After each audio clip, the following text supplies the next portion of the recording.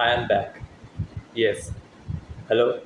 আমার নাম দিগন্ত ভট্টাচার্য এবং আজ থেকে 7 বছর আগে, 7-8 বছর আগে, 7ই এপ্রিল 2019 সাল, প্রি কোভিড এরাতে, প্রি কোভিড এরাতে 7ই এপ্রিল 2019 সালে আমি আমার প্রথম ইউটিউব ভিডিও বানিয়েছিলাম। তখন ব্যাকগ্রাউন্ড আলাদা ছিল বলতে গেলে। কী বলা যায়, অনেক ওই অনেক বছর, 7-8 বছর পর ভিডিও করছি। তো অ্যাকচুয়ালি আমি আমার ইউটিউব চ্যানেল দিগন্ত ভট্টাচার্যা, যেটা আমার নাম অ্যাকচুয়ালি। তো দিগন্ত ভট্টাচার্যা ইউটিউব চ্যানেলে আমি আমার প্রথম ইউটিউব ভিডিও বানিয়েছিলাম। সেখানে আমি বলিউড সিনেমা এবং তেলুগু সিনেমার এবং একটা হলিউড সিনেমা আমি বক্স অফিস রিপোর্ট নিয়ে আলোচনা করেছিলাম। খুবই মানে অ্যামেচারিস ভিডিও ছিল, খুবই ইম্যাচুয়ার ভিডিও ছিল। এবং মানে এখন এই ভিডিওগুলো দেখলে আমার খুব হাসি পায় যে মানে আমি কী ছিলাম বলতে গেলে। আমি কীভাবে কথা বলেছি, সে কথা এখনও বলি এরকমভাবে। মানে আগে যেরকম 7-8 বছর আগে যে বিব্রত আমার প্রথম ভিডিওতে যেভাবে কথা বলতাম, এখনও সেভাবে কথা বলি। পরিপক্ক ভাবটা একটু হলেও এসেছে, কিন্তু এখন অবধি মানে বলা হয় না ফুল এক্সপার্ট, সেই এক্সপার্টাইজ জন্য আমি এখনও ঢুকতে পারিনি। তো এখন আমার কথা তোতলাতে হতে পারে হয়তো, মানে অপ্রয়োজনীয় অপ্রাসঙ্গিক কথা হয়তো বের হতে পারে। তো সেই জন্য once second sorry for that. তো যাই হোক, তো আমি 2019 সালের 7ই এপ্রিলে আমি আমার প্রথম ইউটিউব ভিডিও বানিয়েছিলাম, যেখানে আমি জন আব্রাহামের রোমিও আকবর ওয়াল্টার, একটা তেলুগু সিনেমা মাজলি, যেটা নাগা চৈতন্যা ওনার এক্স ওয়াইফ সামান্তা প্রভু অভিনীত ছিলেন, আর শাহজাম পার্ট ওয়ানের ডিসি শাহজাম পার্ট ওয়ানের বক্স অফিস রিপোর্ট নিয়ে আলোচনা করেছিলাম ফার্স্ট ডে। তো সেটা আমি ইউটিউবে আমি আপলোড করেছিলাম এবং সেটা আমি ফেসবুকে ছাড়িনি। আমি আমার হোয়াটসঅ্যাপ গ্রুপে, হোয়াটসঅ্যাপ ফ্রেন্ডস গ্রুপে আর হোয়াটসঅ্যাপ স্ট্যাটাসে দিয়েছিলাম। অনেকে লাইক করেছে, কমেন্ট করেছে, যা হয় আর কি বন্ধুদের মধ্যে শেয়ার করা। এবং তারপর অনেকগুলো ভিডিও বানিয়েছিলাম, অনেকগুলো বলতে ওই 10-12টা ভিডিও বানিয়েছিলাম। বাট একটা টাইমের পর আমার মনে হলো যে জুন মাসের আমি যখন লাস্ট ভিডিও বানিয়েছিলাম, তখন মনে হচ্ছে না, মানে কেন জানি না, মানে যে উৎসাহ, যে এনার্জিটা নিয়ে আমি আমার প্রথম ইউটিউব ভিডিও শুরু করেছিলাম, সেই এনার্জিটা কেন জানি না আমার, মানে যখন লাস্ট ভিডিও বানিয়েছি তখন আমার মনে হয় যে না, আর বানাতে ইচ্ছে করছে, কেন জানি না সেই এনার্জিটা নেই, লেথার্জি লাগছিল, মানে সেই এক্সাইটমেন্টটা সেটা আমি আর পাচ্ছিলাম না। তা আমি তারপর থেকে আর ইউটিউব ভিডিও বানাইনি। এবং আমি যে আমি ইউটিউব কেরিয়ারও বলবো না, আমি পার্ট টাইম হিসেবে আমি ইউটিউব চ্যানেল খুলেছিলাম বলতে। সেখানে আমার কোনো ইনকাম করার কোনো মানে কোনো স্বপ্ন ছিল না বা কোনো ইচ্ছা ছিল না। আমার ইচ্ছা ছিল যে আমি আমার ইউটিউব চ্যানেল খুলবে। এখন তো সব ইউটিউবে রিভিউ চ্যানেল, তখন ইউটিউব রিভিউ চ্যানেল এত বেশি ছিল, এখন মানে ইউটিউবার রিভিউয়ারের সংখ্যা অনেক বেশি বলতে গেলে। তো সেই পরিস্থিতিতে দাঁড়িয়ে, মানে তখন সে পরিস্থিতি ছিল না। তার মধ্যে মানে যখন জুন মাসে 2019 জুন মাসে আমি আমার শেষ ভিডিও বানিয়েছিলাম সলমান খানের ভারত সিনেমার রিভিউ মতো, সেটাই আমার ছিল শেষ ভিডিও। তারপর আমি আর ভিডিও বানাইনি। তো সেটা বললাম যে কেন যে বানিনি, কেন জানি না, মানে আমি নিজেও জানি না, এখনও জানি না যে কেন আমি সেই এক্সাইটমেন্টটা যেটা নিয়ে আমি শুরু করেছিলাম আমার প্রথম ভিডিও দিয়ে, সেই এক্সাইটমেন্ট, সেই এনার্জিটা আমি আর পাচ্ছিলাম না। তাই আমি আর স্কিপ করেছিলাম, খালি শুধু ইউটিউবে রিভিউ দেখবো, সিনেমা দেখবো, ওয়েব সিরিজ দেখবো, হোয়াটএভার। তো গত পরশু আমি এখানে একটা ফেসবুক গ্রুপে আমি আমার প্রথম ভিডিওটার আমি শেয়ার করেছিলাম, জাস্ট কিউরিসিটি হিসেবে। মানে আমি জানি না মানে পোস্টটা অ্যাপ্রুভ হবে কি না, বাট আনএক্সপেক্টেডভাবে সেই পোস্টটা অ্যাপ্রুভ করেছিল। সেখানে আমি আমার সব, মানে কীভাবে আমি ভিডিও বানিয়েছিলাম, তখন ব্যাকগ্রাউন্ড কীরকম ছিল, তখন হঠাৎ কেন আমার মনে হলো যে আমি মানে আমার ইন্সপিরেশনকে, আমার ইউটিউব চ্যানেল খোলাম, আমি রিভিউ বানাচ্ছি, সেটা কীভাবে শুরু করলাম, এবং তারপরে ঘটনা কী, সেটা আমি সব পোস্টে আমি শেয়ার করেছিলাম।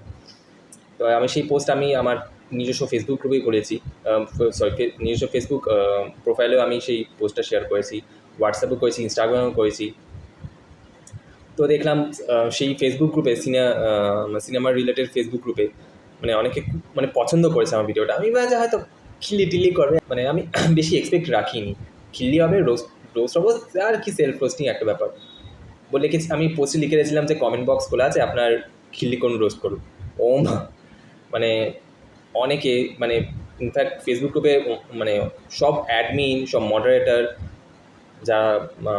যা কমন মেম্বার্স ফেসবুক গ্রুপে, সেই ফেসবুক গ্রুপটা, তারা সকলে আমার মানে ভিডিওটা পছন্দ করেছে, আমি জানি না কী দেখে পছন্দ করেছে, হয়তো আমার পোস্ট হয়তো একটু বেশি আবেগঘনভাবে লিখেছিলাম, হয়তো ভিডিওটা পুরোটা অনেকে দেখেছে আবার অনেকে দেখেনি, সেটা আলাদা, আমি বাদ দিয়ে দিলাম। বাট দেখেছে, আবার আমার ফেসবুক পোস্টটা দেখেছে, ভিডিও দেখেছে, তারপর মানে আমার পছন্দ করেছে, ভালো লেগেছে, কমেন্ট সেকশনে বলেছে, মানে ইটস অ্যান আনএক্সপেক্টেড থিং। মানে যারা আমার ভিডিওটাকে ভালো, তখনও মানে 2019 সালের 7ই এপ্রিল তখনই আমার যারা ভিডিওটা পছন্দ করেছিলাম, মানে গত পরশু আমার যারা ভিডিওটা আবার নতুন করে ভালো লাগতে শুরু করেছে, তাদেরকে অসংখ্য ধন্যবাদ।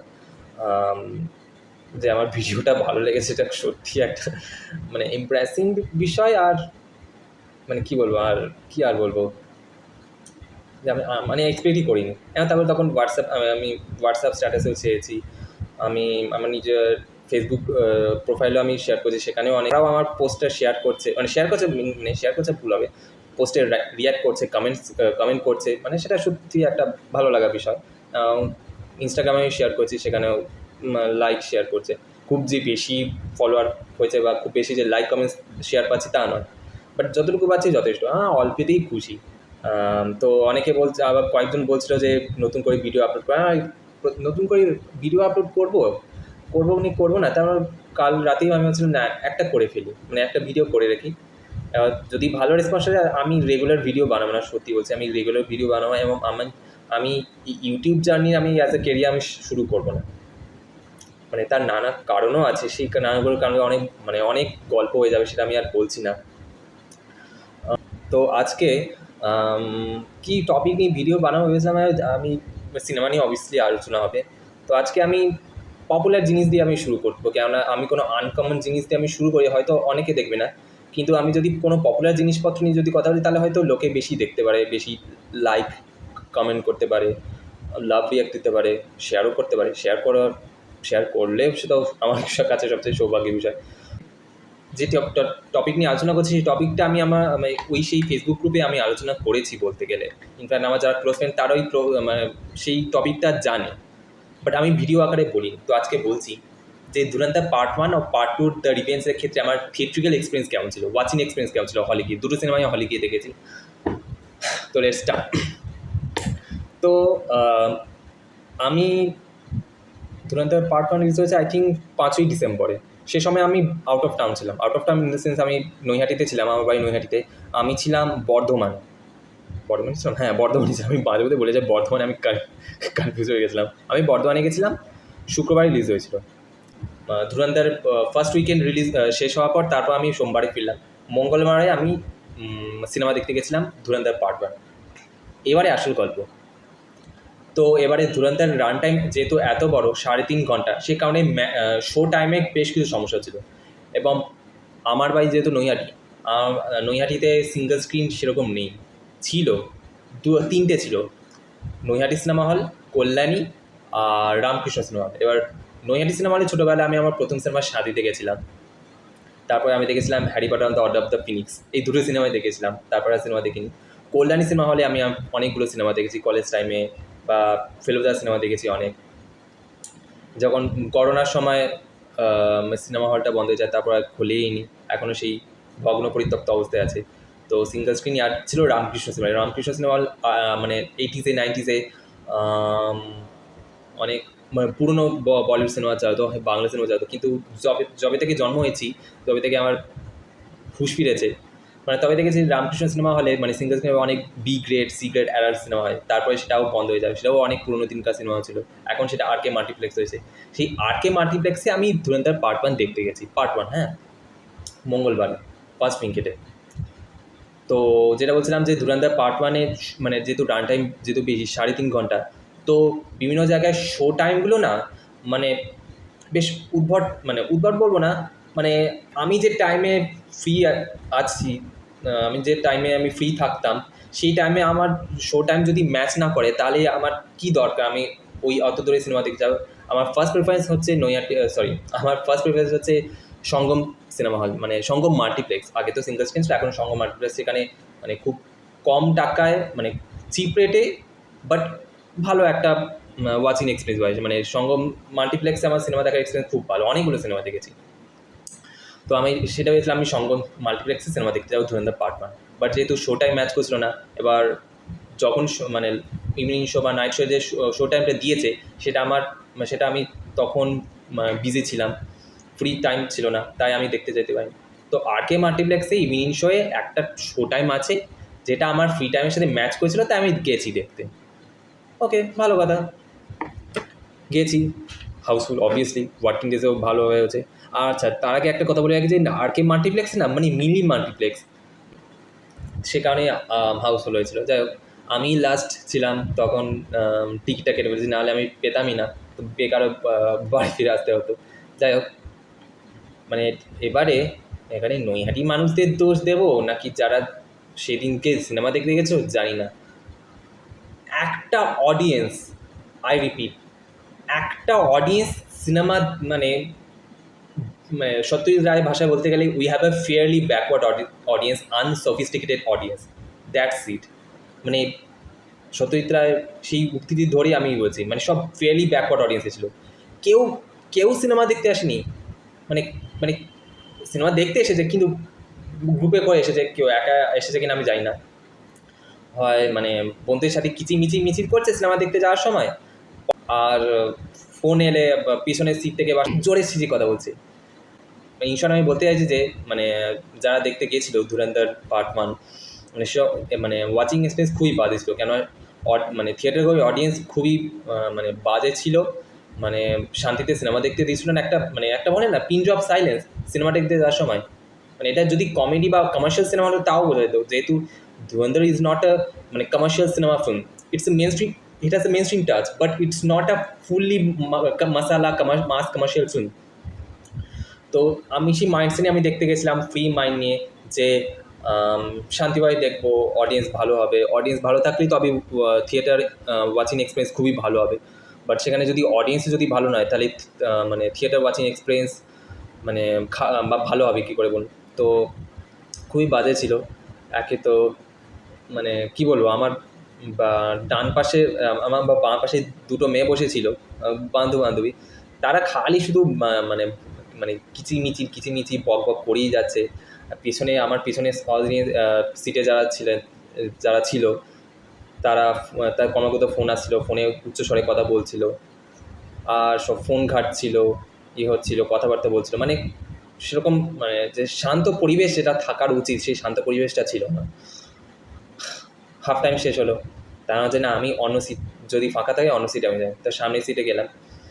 সামনের সিটে গিয়ে তাও একটু হলেও ওয়াচিং এক্সপিরিয়েন্স একটু মানে ফার্স্ট হাফের থেকে বেটার হয়েছিল, বাট ওভারঅল মানে আরকে মাল্টিপ্লেক্সে ওয়াচিং এক্সপিরিয়েন্স মানে আমার খুবই বাজে ছিল, সত্যিকার মানে সত্যি খুব বাজে ছিল। মানে আমি ঠিক করেছিলাম যে আমি আরকে মাল্টিপ্লেক্সে আমি যাবোই না। মানে বেসিক্যালি অডিয়েন্সদের জন্যই মানে ওয়াচিং এক্সপিরিয়েন্স ডিপেন্ড করে। অডিয়েন্স ভালো হয়নি তাই আমার ধরুন পার্ট 1 ওয়াচিং এক্সপিরিয়েন্স ভালো হয়নি। এমনি সিনেমাটা আমার খুব ভালো লেগেছিলো, বাট ওয়াচিং এক্সপিরিয়েন্স যদি আরও ভালো হতো, মানে যদি ভালো হতো তাহলে সিনেমাটা আরও ভালো লাগতো। মানে ফার্স্ট টাইম আমি যখন হলে দেখতে গেছিলাম, তারপর যখন ওটিটিতে এলো, তো ওটিটিতে আমি দুবার দেখেছি ধুরন্ধর। এবং তখন বাড়িতে বসে, তখন দুপুরবেলায় কাজ শেষে ঘরে ফিরে এসে শুয়ে এসে আমি ধুরন্ধর পার্ট 1 ওটিটিতে দেখেছিলাম নেটফ্লিক্সে। তো দুবার দেখলাম, এবং সত্যিকার বলতে যেটা আগে বললাম যে ধুরন্ধর পার্ট 1 পার্ট 2 এর মানে রিকল ভ্যালু আউটস্ট্যান্ডিং, মানে রিকল ভ্যালু চরম। তো সেই কারণে ধুরন্ধর পার্ট 1 আমি ওটিটিতে নেটফ্লিক্সে আমি দুবার দেখেছিলাম। তখন মানে হলে গিয়ে দেখার সময় যে এক্সপিরিয়েন্স ছিল, যে আমার যে ইমপ্রেশনটা ছিল সেটা ওটিটিতে দেখার সময় আরও বেড়ে গেল। এটা তখন ওটিটিতে দুবার দেখলাম নেটফ্লিক্সে, তখন আমার আরও ভালো লাগলো পার্ট 1। এবারে পোলার অপোজিট হচ্ছে part 2 Dhurandhar the revenge watching experience. এবারে আমি ঠিক করেছি আমি আরকে মাল্টিপ্লেক্স যাবো না, আমি সঙ্গমে যাবো। সঙ্গমে যদি ম্যাচ নয় আমি এসবিএফ যাবো। এবার এসবিএফ চুঁচুড়াতে, আচ্ছা চুঁচুড়াতে ছোটো কথা বলে রাখি, চুঁচুড়াতে একটা দুটো তিনটে সিনেমা হল ছিল সিঙ্গল স্ক্রিন। একটা হচ্ছে কৈরি, রূপালী আর হ্যাঁ অরো আর মিলন, এই 4টে সিনেমা হল ছিল। তার মধ্যে মিলন সিনেমা হলটা ভেঙে এখন এসবিএফ কেপিএস মল আছে। কেপিএস মলে আমি গেছি অনেকবার, পোস্ট কোভিডে অনেকবার গেছি। তবে অনেকটা দূর বলে, আর অনেক মানে সিনেমা শুরু হওয়ার 10-15 মিনিট পর আমাকে মানে আমি এরকম অনেক হয়েছে আমি এসবিএফ কেপিএস মলে মানে আগে যেটা মিলন সিনেমা হল ছিল সেখানে এত দূর বলে বাড়িতে বেরিয়েছে, তাতে কিন্তু লঞ্চে করে যেতে হয়। তো এবার লঞ্চের টাইমিং যারা জানে, যারা নৈহাটিতে যারা চুচুড়াতে থাকে তারা লঞ্চের টাইমিং জানে, 15 মিনিট অন্তর অন্তর লঞ্চ ছাড়ে। এবার সেখান থেকে লঞ্চে করে চুচুড়ায় নেমে আবার সেখান থেকে বাস দুটোর জন্য অপেক্ষা করতে থাকো। অনেক হয়েছে, দেরি হয়েছে, 15 মিনিট পর হলে গিয়ে সিনেমা দেখতে গেছি। ব্যতিক্রম হয়েছে যে আগেই দেখতে গেছি অনেকটা টাইম নিয়ে, বাট আমি কেপিএস মানে আমি যাইনি। সরি সরি তো যেটা বলছিলাম যে আমি কেপিএস মলে আমি তারপর এখন রিসেন্টলি আমি বেশি যাইনি। তো যেটা বলছিলাম রূপালী সিনেমা হল ছিল, এবার রূপালী সিনেমা হলটা এবং সেই রূপালী সিনেমা হলের জায়গায় এসবিএফ রূপালী আর্কেড করেছে এবং সেখানে মাল্টিপ্লেক্স করেছে, এবং সেই এসবিএফ রূপালী আর্কেডই আমি ধুরন্ধর দ্য রিভেঞ্জ দেখতে গেলাম এখানে টাইম। এবার আরেকটা বিষয় যেটা রূপালী আর্কেডটা কেন বেছে নিয়েছি তার কারণ হচ্ছে চুচুড়া লঞ্চঘাট থেকে রূপালী আর্কেডটা মানে ডিস্টেন্স অনেকটা কম। মানে চুচুড়া লঞ্চঘাট থেকে যে এসবিএফ কেপিএস মলে মিলন সিনেমা হলে যে যাওয়ার রাস্তা, সেটার ডিস্টেন্সটা থেকে এসবিএফ রূপালী আর্কেডে যাওয়ার ডিস্টেন্সটা অনেকটা কম। তাই একটা টাইমও সাশ্রয় আছে, প্লাস যাতায়াতে বেশি টাকা হয়েছে, আমি হেঁটেই চলে যেতাম ঘড়িমোড়ে ওদিকটায়। হ্যাঁ, যারা চুচুড়াতে থাকে বা চুচুড়াতে তারা ঘুরে এসেছে তারা জানে চুচুড়া ঘড়িমোড় কী। ঘড়িমোড় থেকে 1 মিনিট হাঁটা। তো সেখানে আমি আবার হাঁপিয়ে যাচ্ছি কথা বলতে গেলে, বাট আমার যেটা মাথায় আসছে, আমার ইচ্ছা হয়েছে তাই আমি বলছি। যাকে তা আমি এসপি রূপালী আর্কেডে দেখতে গেছি। তো এবারে আমি সময় নিয়ে গেছি, এবার টাইম মতো গেছি, টিকিট পেয়ে গেছি, এটাও হাউসফুল ছিল। হ্যাঁ, তো এবারে গেছি। এবারে এসবিএফ রূপালী আর্কেডে দুটো সিন আছে, স্ক্রিন 1 স্ক্রিন 2। এবার স্ক্রিন 2তে ধুরন্ধর শুরু হলো বিকেল 5:50, আমার মনে আছে বিকেল 5:50 শো শুরু হচ্ছে 6টার সময়। তখন ধুরন্ধরে আগের শোটা তখনও ভাঙেনি, তাও গেলাম। তো এবারে যেটা বললাম যে পোলার অপোজিট যে আরকে মাল্টিপ্লেক্সের ধুরন্ধর পার্ট 1 যে অডিয়েন্স ছিল, ধুরন্ধর দ্য রিভেঞ্জের এসবিএফ রূপালী আর্কেডে একদম কমপ্লিটলি ডিফারেন্ট। মানে অডিয়েন্স, দ্য থিয়েটারের অডিয়েন্স এত সফিস্টিকেটেড যে তারা মানে ফোন বার করেছে 1-2 বার, কথা হয়েছে, মানে এমন নয় যে কেউ ফোন রিসিভ করে কথা বলেছে, তা নয়, কথা বলেছে, ফোন রিসিভ করেছে, বাট সেটা খুবই কম, 1-2 বার, আর খুবই আস্তেভাবে। ধুরন্ধর পার্ট 2 ওয়াচিং এক্সপিরিয়েন্স দারুণ হয়েছে, সত্যি দারুণ হয়েছে। হ্যাঁ, এবারে সিটি হাততালি পড়েছে, খুবই কম পড়েছে, বাট মানে যা ওয়াচিং এক্সপিরিয়েন্স হয়েছে খুবই স্মুথলি হয়েছে। যে পার্ট 1-এর ক্ষেত্রে যে ওয়াচিং এক্সপিরিয়েন্স স্মুথ ছিল না, পার্ট 2-এর ক্ষেত্রে সেই ওয়াচিং এক্সপিরিয়েন্স খুবই স্মুথলি হয়ে গেছে। এবং সত্যি বলতে পার্ট 2টা মানে ওয়াচিং এক্সপিরিয়েন্স এত ভালো ছিল যে ধুরন্ধর পার্ট 2 আরও ভালো লেগেছিল। এবার তারপর যখন ইউটিউবে এই তো গত 1 সপ্তাহ আগে ধুরন্ধর 2 দ্য রিভেঞ্জ র অ্যান্ড আনদেখা, মানে যেখানে সিবিএফসি কাটফাট সেসব কিছু নেই। তো সেসব মানে সেটা মানে নেটফ্লিক্স মানে আউটসাইড কান্ট্রি ওভারসিসে এসেছিলো। আবার অনেকে আছে ইউটিউবে সেটা আপলোড করে রেখেছে, আমি ইউটিউবে দেখেছিলাম, এবং সেটা এক্সপিরিয়েন্স আরও ভালো হয়েছে। মানে ওটিতে দেখেছি, মানে বেসিক্যালি বলতে যে ধুরন্ধর পার্ট 1-এর ক্ষেত্রে ওয়াচিং এক্সপিরিয়েন্স বাজে ছিল, থিয়েটার গোয়িং ওয়াচিং এক্সপিরিয়েন্স বাজে ছিল, কিন্তু ওটিতে 2বার দেখেছি, সেটা আরও ভালো লেগেছে। বাট ধুরন্ধর পার্ট 2-এর ক্ষেত্রে ওয়াচিং এক্সপিরিয়েন্স ভালো ছিল, থিয়েটার ওয়াচিং এক্সপিরিয়েন্স খুব ভালো ছিল, ওটিতে ওয়াচিং এক্সপিরিয়েন্স আরও ভালো লেগেছে। এবারে আবার ডিজনি প্লাস হটস্টারে বা নেটফ্লিক্সে আবার 4 জুন থেকে আবার আসবে 4 জুন থেকে আবার স্ট্রিমিং হবে ডিজনি। আমি জিও হটস্টারে, ডিজনি প্লাস হটস্টার তো না, এখন জিও হটস্টারে।